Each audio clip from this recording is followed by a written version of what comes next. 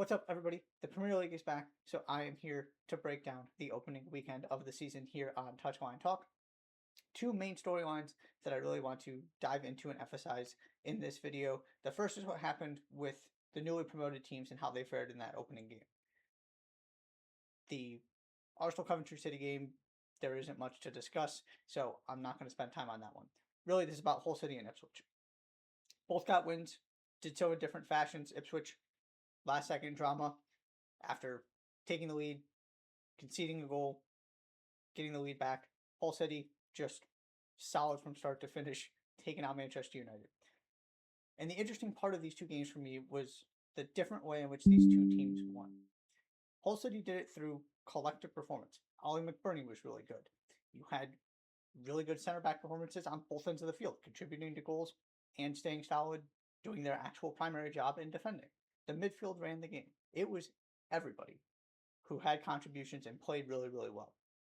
On the Ipswich side, obviously, you have to have good performances to win that kind of game, but it was the Julio Enciso show. He was everywhere, causing all kinds of issues, and there were also mistakes from Sunderland that Ipswich were able to capitalize on. So it was much more about individual moments, individual brilliance, rather than just everybody from Hull playing well.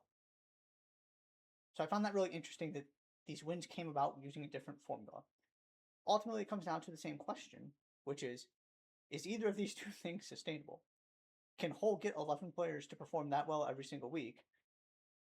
Is Julio Enciso just going to dominate all season? Are Ipswich going to keep getting the benefits that Sunderland gave them? Are these formulas something that can be replicated consistently?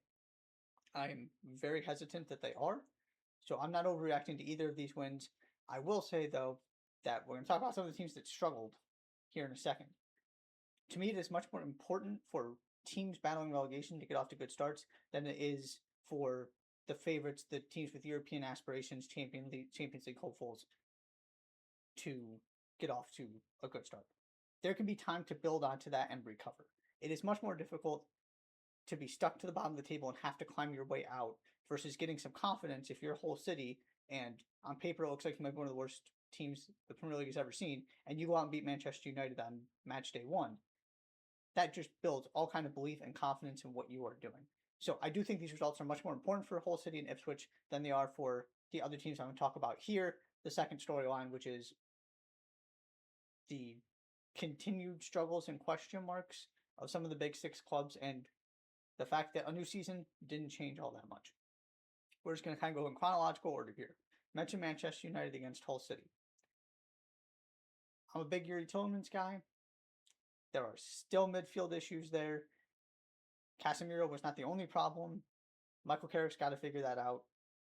It was just a bad performance. It was the kind of thing that happened under Erik ten Hag and Ole Gunnar Solskjaer all the time whenever anybody got excited. Part of what Michael Carrick did such a good job of is that they didn't have these kind of games against these kind of opponents.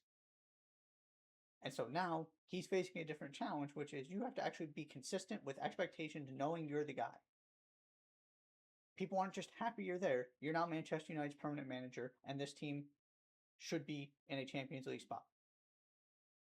And that was just nowhere near good enough. It's one game. I'm still very high on this team. I'm buying into Michael Carrick. But there are issues continuing over from last season that still need to be fixed, and there is potentially an answer in the form of Carlos Baliba coming. But that was a shockingly bad way to start the season for Manchester United. That felt like old Manchester United. I am a believer that we are in a new era, that Michael Carrick is going to get this all sorted out, and that they're going to be very good this season. But that was not what it looked like on match day one. Spurs. Surely they can't do this for a third season in a row. Surely they can't be that bad with all the money they spent. And, well, they looked like a relegation candidate that was every bit that bad. Not quite as bad as Aston Villa were. They win the prize for worst performance of the opening weekend of the season. But it just didn't feel like anything had changed. And so United and Spurs are interesting in, they were the two teams that you felt like the vibes were at least better at the end of last season. United because they had been playing so well, Spurs because they could breathe, they had survived the relegation threat and could just turn the page and start over. And it didn't look like anything got fixed. Now, there's potentially some more help coming in the transfer window. All these new players have to get settled. There are a lot of reasons why this was not an accurate reflection of what Spurs season is going to be. I still believe they're going to be much better as well. But for any hope that it was all going to be fixed and that they were going to be ready to go from the beginning of the season, did not happen at all. Then Manchester City. I've been skeptical about Enzo Maresca from the beginning. They did not perform well in the Community Shield, and they weren't good against Bournemouth either. Yeah, they could have had a couple goals. Haaland had a really good chance. Mark Gahey missed one that he absolutely should have finished before he got his goal. So could this game have been 3-0 pretty easily? Sure. It still looks the same, though. A lot of those chances came on set pieces. They're not creating, they're just passing the ball around, not creating a lot of actual opportunities, not finding Erling Haaland. That was the story last season, and it's been the story so far under Enzo Maresca. They did find a way to win the game. You got to give credit. And a large part of that was that Ryan Cherky got on the field. This might be my single biggest takeaway from the opening weekend of the season. Not that it is new information, but Ryan Cherky has to play. I understand that Pep and Maresca see things the same way and that they don't like the way he views the sport, the way he plays, the way he approaches things.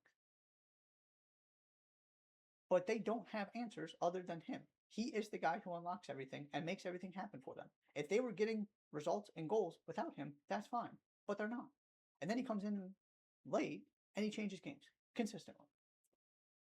I don't know what else this guy has to prove. I don't know what else this guy has to do. He is the answer to most of the problems that exist here. And that solution is just not being utilized enough. And then finally, we get to Liverpool, where my big question heading into the season was, how do all these marquee signings do in season 2? From a health standpoint and from an actual what they do on the field standpoint. And well, Jeremy Frimpong was not particularly good, Alexander Isak was not good, and Florian Wirtz was not good. Yes, they get the penalty late and the very, very dying seconds of the game to get the draw. That's a tough place to play. That was an inspired Newcastle performance. All those things are true. And it's going to take Daniel Royal a time to figure this out, to get this team to do what he wants them to do and play the way he wants them to play. But you cannot have Alexander Isak and Florian Wirtz do this again for an entire season. You just can't. Because I was kind of sitting around watching that game going, okay, so if it's, especially after you take Wirtz off, who exactly is the creative force here? I mean, the answer is Dominic Szoboszlai, and he was great last season. He's a great player, but that's not necessarily what he does. He was playing right back at times last season. You cannot rely on him to be your creative force. And Isak is also not a guy who's going to create for himself, so he needs somebody to create, which is obviously what Florian Wirtz is supposed to be doing. That's the whole point. And he's not. And so Isak is struggling in part because Isak just wasn't taking his chances and clearly did not have any confidence and did not enjoy going back to St. James Park. But also because nobody's feeding him opportunities. Nobody's creating opportunities because that's just not what the guys on the field outside of Florian Wirtz for Liverpool do. And you have the same defensive issues as well. There's that part too, that they still haven't figured out the transition moments. Milos Kerkez had another really rough game. That's the other, right? It's the same story with Frimpong, same story with Kerkez, same story with Wirtz, same story with Isak, same story with the defense in general. We'll talk about the exact same thing that cost Arne Slot his job last season. Like I said, it is very early. I do believe at least some of this is going to get figured out. I'm not panicking for any of these teams. But that's the whole point of the opening weekends, to see, was anybody actually able to turn the page? Did anything look and feel different? And from the Big Six perspective, for those 4 teams, and really for all 5 that have played so far, I'm recording this on Sunday before Chelsea play, because you can throw Arsenal in there too, that no, things didn't really change. Maybe the thing that changed the most is that Arsenal scored goals pretty easily outside of set pieces. So that's good. But it's the same stuff at United, it's the same stuff at Spurs, it's the same stuff at City, it's the same stuff at Liverpool. And so one of the storylines to me this season that I'm already thinking about and going to be very curious to follow is who figures out solutions, who solves their problems first, because that's probably going to go a long way toward determining how these 6 teams stack up with each other and how realistic it is for somebody to break into that top 6 like we saw last season when Spurs and Chelsea struggled. Because Brighton looked awfully good, Brentford looked awfully good, Bournemouth put up a good performance and a good fight and had that game for 80 plus minutes. Those teams aren't going anywhere. Newcastle might surprise some people. We'll see how that ends up. So if it's going to be more of the same, these teams are not going to finish 1 through 6. There are reasons to believe all of them are going to finish in the top 6, or at least be in that ballpark. Maybe Spurs just don't have that kind of ceiling. But it did not look like that on the opening weekend of the season. So that's kind of what I'm looking for moving forward. Premier League is back. We'll see where things go from here as the season continues. Thank you so much for tuning in. Be sure to hit that subscribe button. I'll see you next time.